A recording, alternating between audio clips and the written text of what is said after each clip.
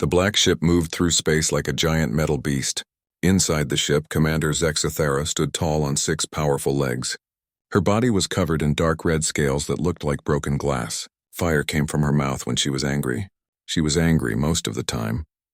Zexithera looked at the bright map floating in front of her. The map showed thousands of stars and planets. She had been looking at this map for 15 years. Always searching. Always hunting. The thing she wanted was still out there somewhere. "Commander," said a voice behind her. Admiral Korthak walked over on his heavy feet. He was even bigger than Zexithera. His scales were black like the space outside. Old scars covered his face and arms. "The Oracle sent us another message." Zexithera turned her long neck to look at him. Her yellow eyes glowed in the dark room. What did the Old One say this time? The same thing she always says. The human boy still lives. He grows stronger every day. If we do not find him soon, he will destroy everything we have built. Zexithera made a low growling sound. The Oracle was old and wise, but sometimes Zexithera wondered if the ancient dragon had lost her mind. How could one small human boy be dangerous to their mighty empire? The Vorthak had ruled this part of space for 3,000 years. They had destroyed entire worlds. No one could stand against them, but the Oracle was never wrong. That was why they kept searching. "Tell me about the prophecy again," Zexithera said. Korthak closed his eyes and spoke the old words. "When twin moons shine on the water world, a child of 2 bloods will be born. He will have the power to make or break the dragon empire. Find him before his 20th year or watch everything burn." Zexithera had heard these words so many times, she could say them in her sleep.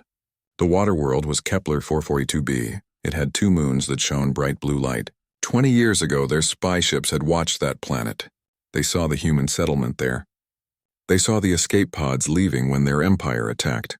One of those pods had carried a baby. A very special baby. But the pod had disappeared into deep space. They had been looking for it ever since. "Have our scouts found anything new?" Zexithera asked. 3 more dead planets. No sign of human life. Korthak shook his massive head. "But our sensors picked up something strange near the Sol system." Zexithera felt her heart beat faster. The Sol system was where the humans came from. Earth was their home world. The Vorthak had always stayed away from that place.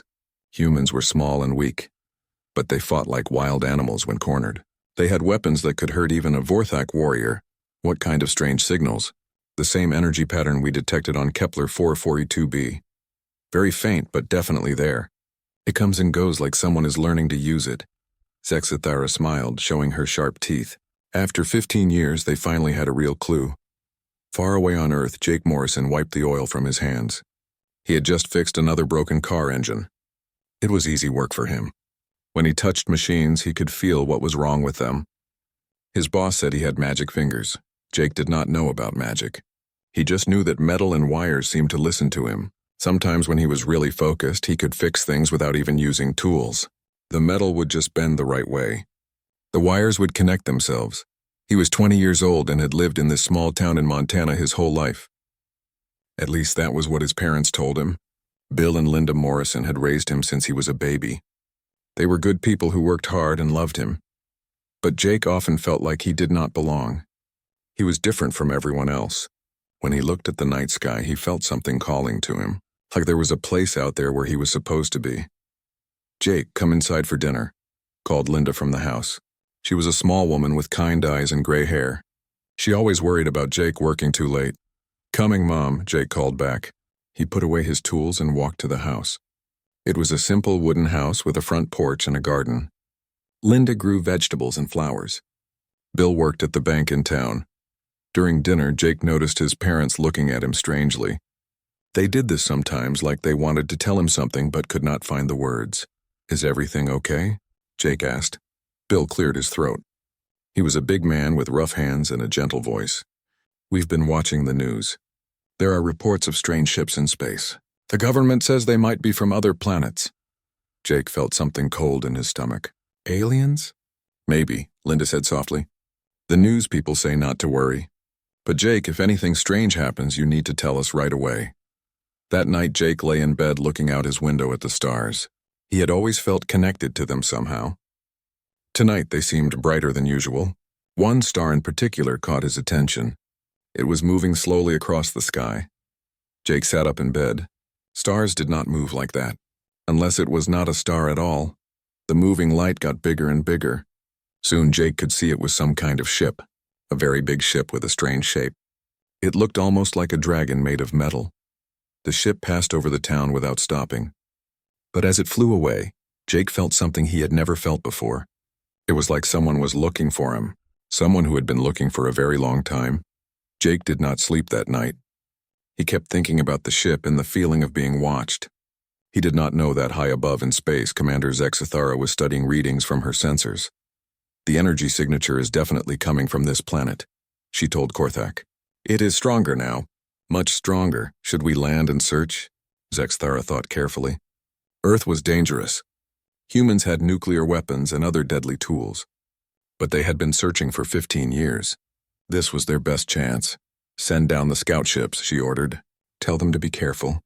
We do not want to start a war. We just want the boy. As the first scout ships entered Earth's atmosphere, Jake Morrison felt something change inside him. Power flowed through his body like electricity. The metal bed frame under him started to bend and twist. The hunt was about to end. The morning sky turned dark as giant ships appeared over every major city on Earth. They looked like metal dragons with wings spread wide. Each ship was bigger than a football stadium. Fire came from their engines as they slowly descended through the clouds. People ran screaming through the streets. Cars crashed into each other as drivers looked up at the massive alien vessels. Television stations broadcast emergency warnings. Governments around the world declared martial law. In Montana, Jake Morrison stood outside his house watching the chaos. One of the dragon ships hovered directly above his small town. He could feel it watching him. The power inside his body grew stronger and wilder. Streetlights exploded as he walked past them. Car alarms went off for no reason. Jake, get inside now, Bill Morrison shouted from the front door. His face was pale with fear. Linda stood behind him, tears running down her cheeks, but Jake could not move. The ship above him was beautiful and terrible at the same time.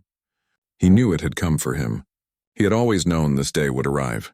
Fighter jets screamed overhead, firing missiles at the alien ships. The missiles hit the dragon vessels but did no damage. The aliens did not fight back. They just waited. Captain Lisa Wade sat in her command bunker deep underground. She was the youngest person ever to lead the Earth Defense Force. Her short blonde hair was messy from running her hands through it. Maps and computer screens covered every wall around her. Report, she ordered. 17 ships total, said her aide, Lieutenant Carl Brooks. They are positioned over major population centers. No hostile action yet, but our weapons cannot hurt them. Lisa studied the tactical displays. The alien ships had advanced technology far beyond anything Earth possessed. If they wanted to destroy humanity, they could do it easily. So why were they just waiting? Send a radio message to all ships, Lisa decided. Ask them what they want, the response came immediately. A deep voice spoke in perfect English with an accent that sounded like rocks grinding together. We seek the one called Jake Morrison. Bring him to us and no harm will come to your people. Lisa felt her blood turn cold. They knew exactly who they wanted. This was not a random invasion. This was a hunt. In Montana, Jake finally went inside the house. Bill locked the door behind him. But they all knew it would not stop the aliens if they decided to come down. We need to leave town, Bill said. Get in the car and drive somewhere safe. There is nowhere safe, Dad, Jake replied quietly. They are here for me. Linda started crying harder. What are you talking about? Why would aliens want you? Jake looked at his parents. He loved them more than anything in the world. They had raised him and cared for him his whole life.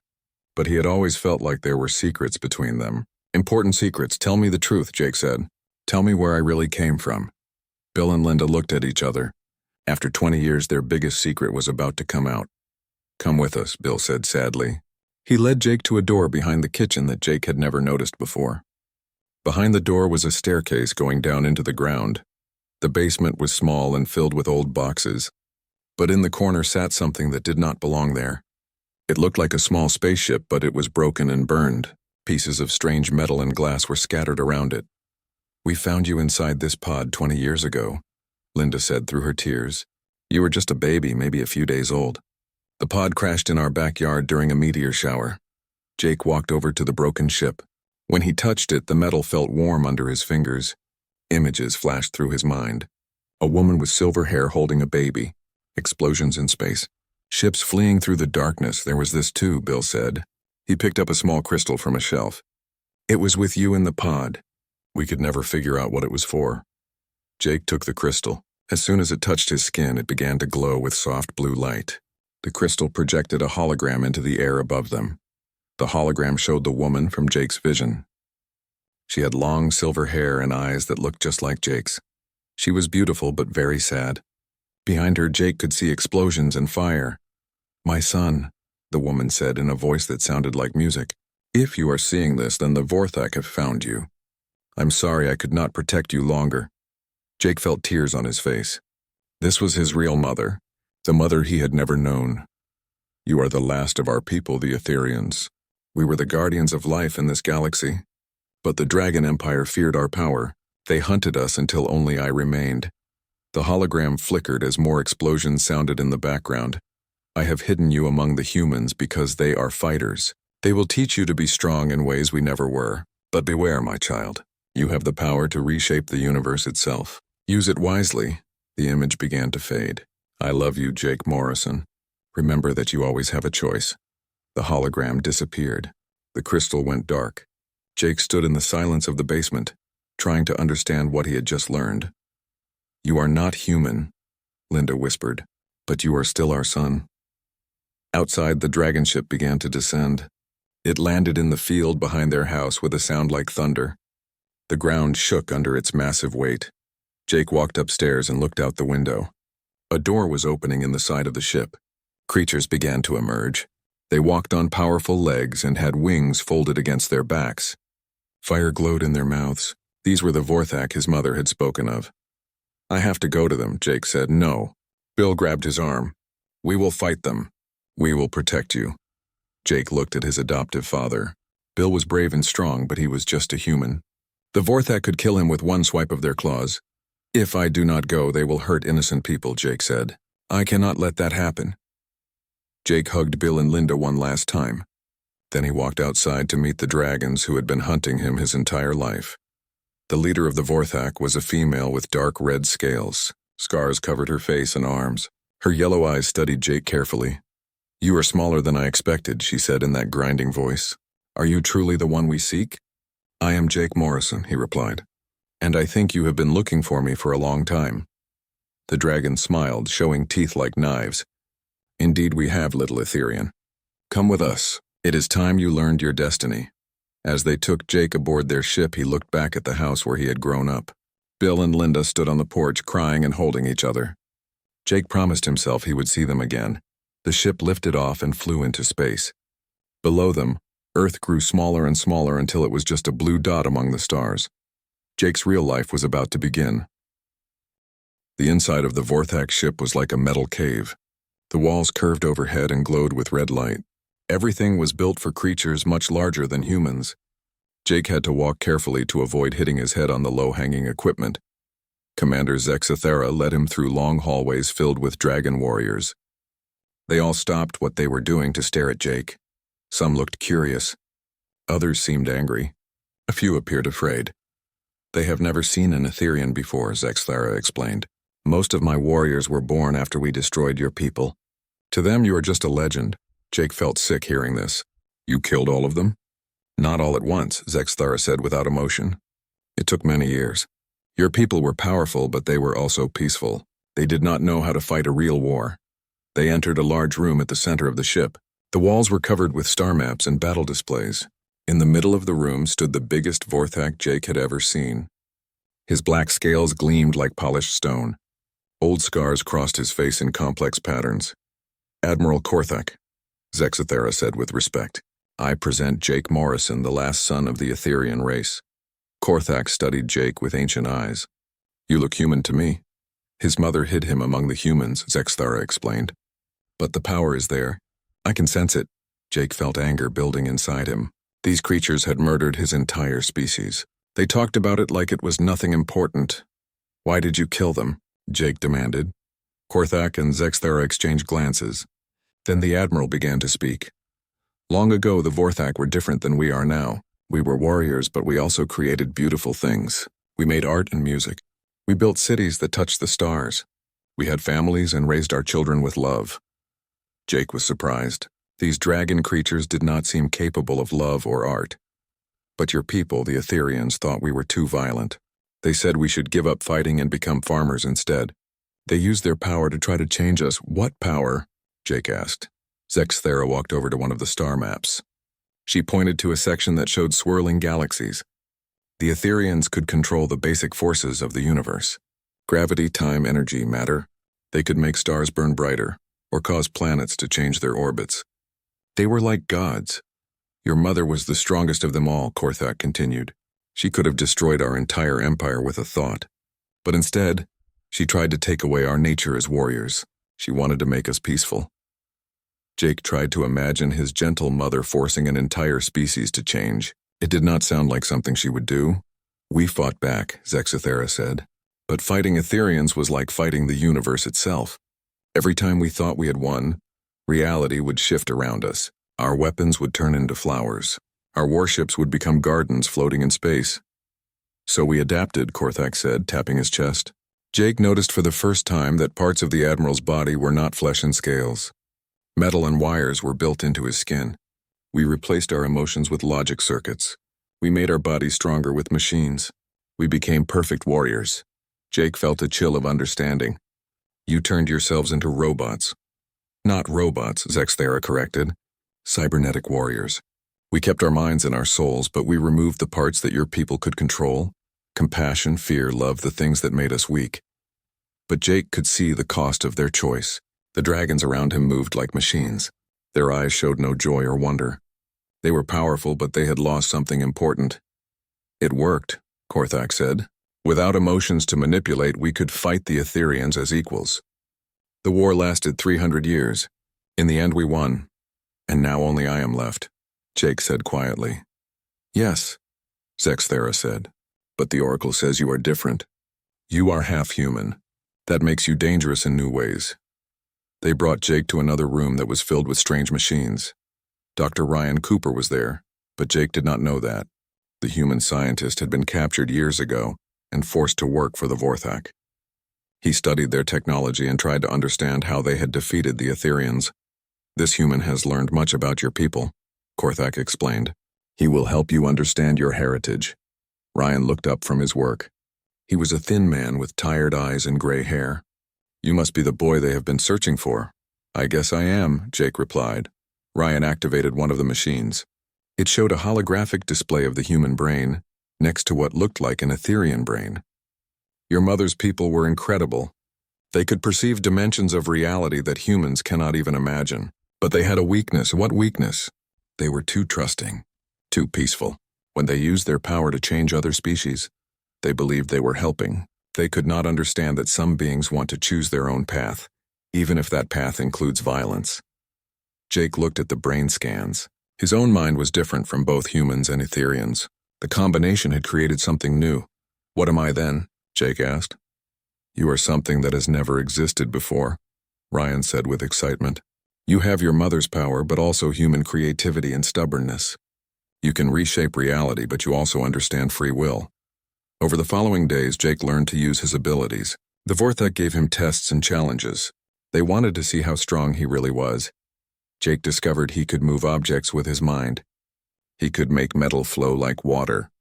He could even bend space itself, making distant objects appear close. But the more he learned, the more he understood the tragedy of the Vorthak. They had won their war, but they had lost themselves in the process. They ruled a vast empire, but they could not enjoy it. They had children, but they could not love them. One night, Jake was alone in his quarters when Zexthera came to visit him. Tomorrow we reach the Oracle, she said. She will decide what happens to you. What does she want with me? Zexthera was quiet for a long moment. She believes you will try to finish what your mother started. She thinks you will use your power to make us peaceful again. And what do you think? I think you are more dangerous than that, Zexthera said. I think you might give us something we never expected. What? A choice. Jake looked out the window at the stars streaming past. Tomorrow he would meet the Oracle and learn his true destiny. But tonight he just missed his parents on Earth. He did not know that Bill and Linda Morrison were looking up at those same stars, hoping their son was safe somewhere among them. The Oracle lived inside a moon that the Vorthak had hollowed out long ago. As their ship approached, Jake could see the ancient structure built into the rocky surface. It looked like a giant temple made of crystal and metal. The Oracle is the oldest of our kind, Zexathera explained as they walked through the temple halls. She was alive before we changed ourselves with machines. She remembers what we used to be. The hallways were filled with carvings that showed the history of the Vorthak people. Jake saw images of dragons building beautiful cities. He saw them creating art and raising families. But as they walked deeper into the temple, the carvings changed. They showed war and destruction. They showed the dragons replacing parts of themselves with cold metal. At the center of the temple was a vast chamber. In the middle sat the Oracle. She was ancient beyond imagination. Her scales were white with age, and her eyes glowed with wisdom accumulated over thousands of years. Unlike the other Vorthak, she had no machine parts. She was pure dragon. So, the Oracle said in a voice like wind through mountains, "The last Etherian comes before me at last." Jake walked forward, trying not to show his fear. The Oracle was enormous, even by Vorthak standards. Her presence filled the room with power. "I am Jake Morrison," he said, "but I think you already know that." The Oracle smiled, showing teeth like ancient stones. "Indeed I do, child of two worlds. I have been watching you since the day you were born. Then you know why I am here. You are here because my people brought you, but the real question is why you chose to come willingly." Jake thought about this. He could have run when the Vorthak ships first appeared. He could have hidden and forced them to hunt him across the galaxy. But he had chosen to surrender himself. "I came because innocent people would have been hurt if I ran," Jake said. "Ah," the Oracle nodded approvingly. "You show compassion for those weaker than yourself. That is very human of you, but it is also very Etherian. What do you want from me?" The Oracle stood up slowly. Even bent with age, she towered over Jake. "I want you to fix what your mother broke." "I do not understand." "Your people tried to change us by force. They used their power to make us into something we were not. We fought back by cutting away the parts of ourselves they could control. But in doing so, we lost more than we intended." The Oracle walked over to a wall covered with screens. Each screen showed a different part of the Vorthak Empire. Jake saw worlds covered with factories and military bases. He saw dragon children being raised in cold metal nurseries. He saw warriors who fought endlessly but never smiled. "We won the war," the Oracle said sadly, "but we lost our souls. We can conquer any enemy, but we cannot remember why we wanted to conquer in the first place." Jake began to understand. "You want me to give you back your emotions?" "No," the Oracle said firmly. "That would be the same mistake your mother made. I do not want you to force us to change. I want you to give us the choice to change." Jake felt the weight of this responsibility. The Oracle was asking him to heal an entire species that had spent centuries hurting itself.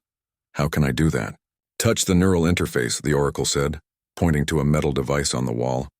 "Connect your mind to our network. Show us what we have forgotten." Jake approached the interface carefully. It looked like Vorthak technology, but older and more complex. When he touched it, electricity flowed through his body. Suddenly, Jake was connected to every Vorthak in the Empire. He could feel their thoughts and emotions, or the lack of emotions. They were like robots trying to remember how to be alive. But Jake did not try to force change on them the way his mother's people had. Instead, he simply opened his mind and let them see what they had lost. He showed them the love Bill and Linda Morrison had given him. He showed them the joy of fixing a broken machine with his own hands. He showed them the wonder he felt when looking at the stars. He showed them friendship and laughter and the sweet pain of missing someone you cared about. Most importantly, he showed them choice. He showed them that they could feel these things again if they wanted to, but only if they chose it for themselves. The reaction was immediate and powerful. Across the Empire, Vorthak warriors stopped what they were doing. Some began to cry for the first time in centuries. Others felt anger at what they had done to themselves. Many felt fear at the thought of being vulnerable again. But some felt hope. Back on Earth, Colonel Amy Foster was leading the defense of New York City when something impossible happened. The sky above the city began to crack like broken glass. Through the cracks came light unlike anything humans had ever seen. It was every color that existed and some that did not. "What is that?" Amy shouted to her communications officer. "Unknown, Colonel." It is happening all over the world. Every major city is reporting the same phenomenon. The light spread across the sky like an aurora made of pure emotion.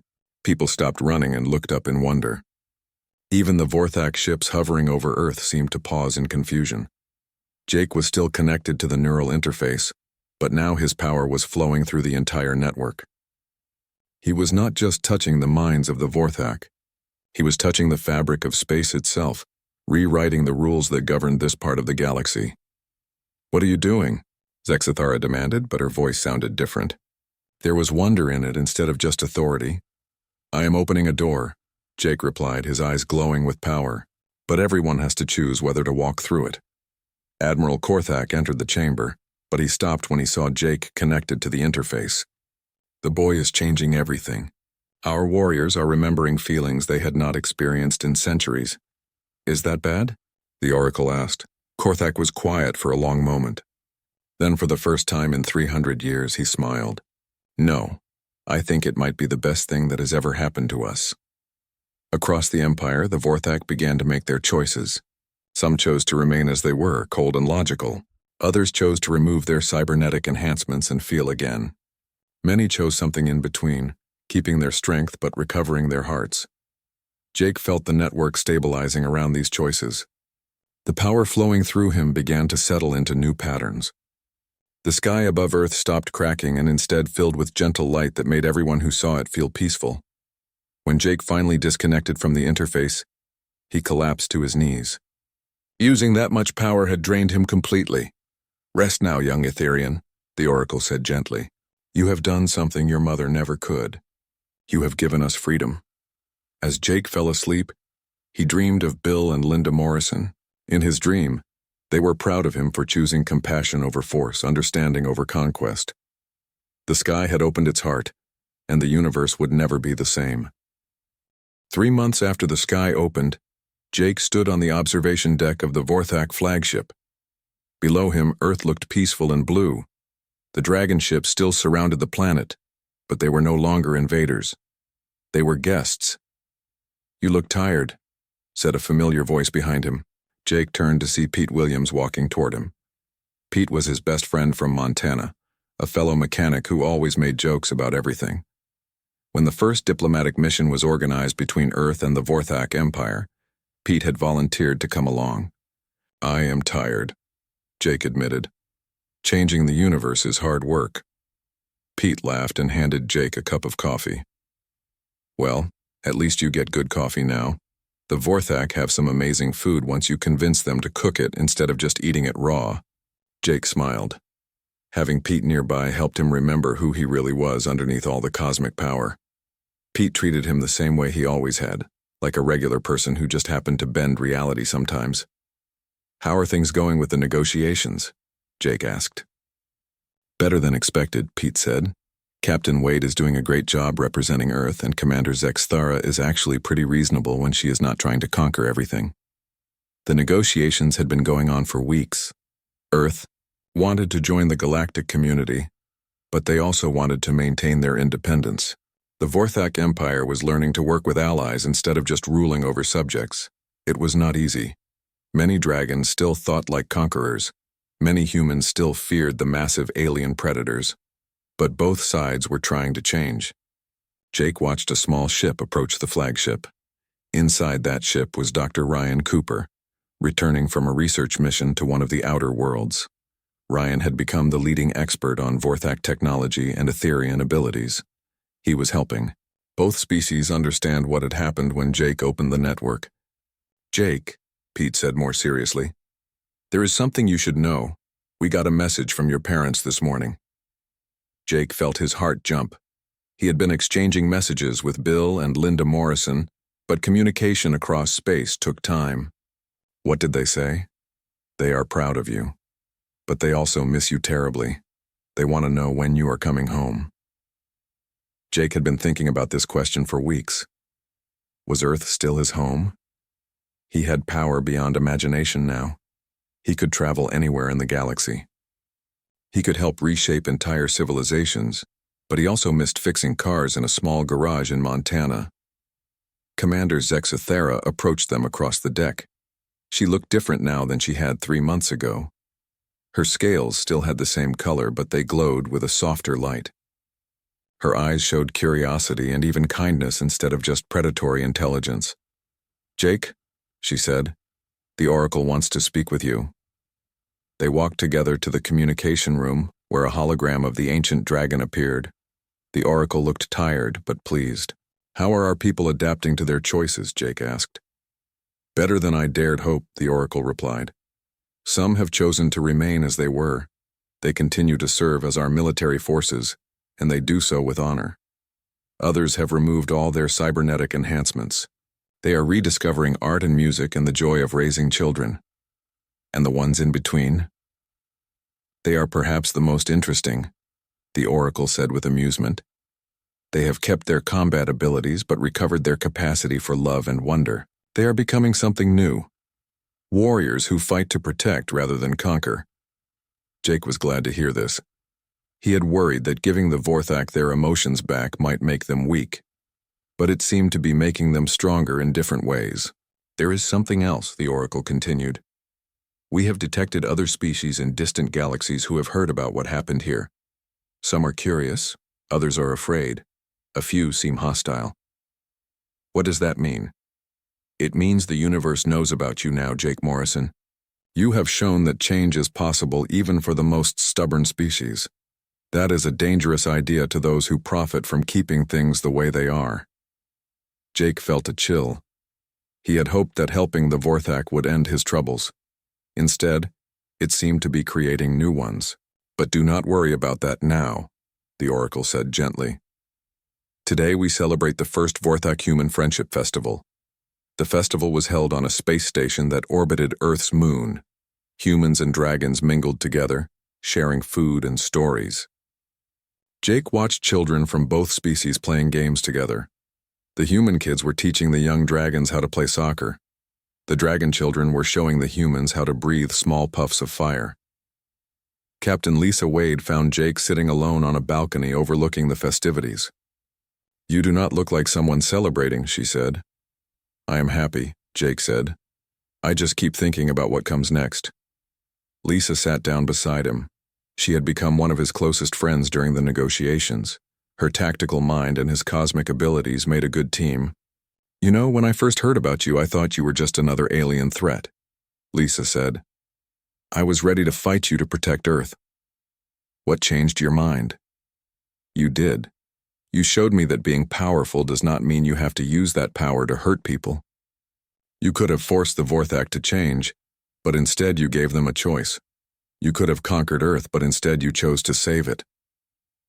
Jake appreciated her words, but he still felt uncertain about the future. "The Oracle is right," Lisa continued.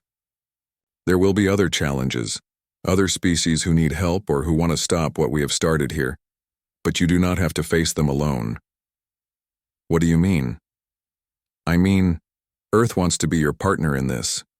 Officially, we want to create a new organization.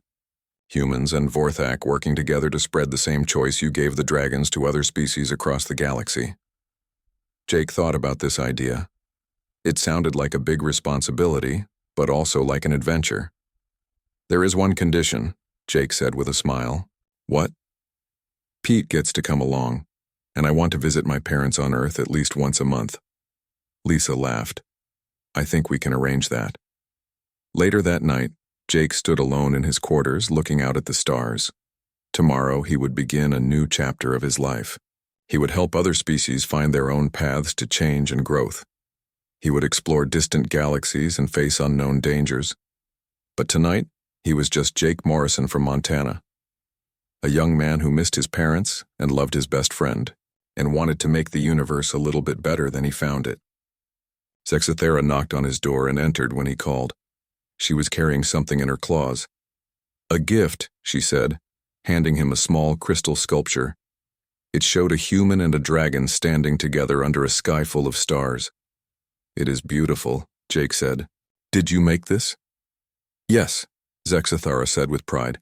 "I have been learning to create again instead of just destroying. It is more difficult than I expected, but also more rewarding." Jake placed the sculpture on his desk where he could see it every day. It would remind him that even the most unlikely friendships were possible. "Thank you," he said, "for everything." "Thank you, Jake Morrison," Zexithara replied, "for showing us that we could choose to be better than we were." After she left, Jake sent a message to Bill and Linda Morrison. He told them about the festival and the new organization and his plans to visit them soon. He told them he loved them, and that everything he had become was because of the love they had given him. Then he went to sleep, dreaming of home and adventures among the stars. The deadliest dragons in the galaxy had found the human boy they had been searching for. But instead of destruction, they had discovered something far more valuable. They had discovered hope.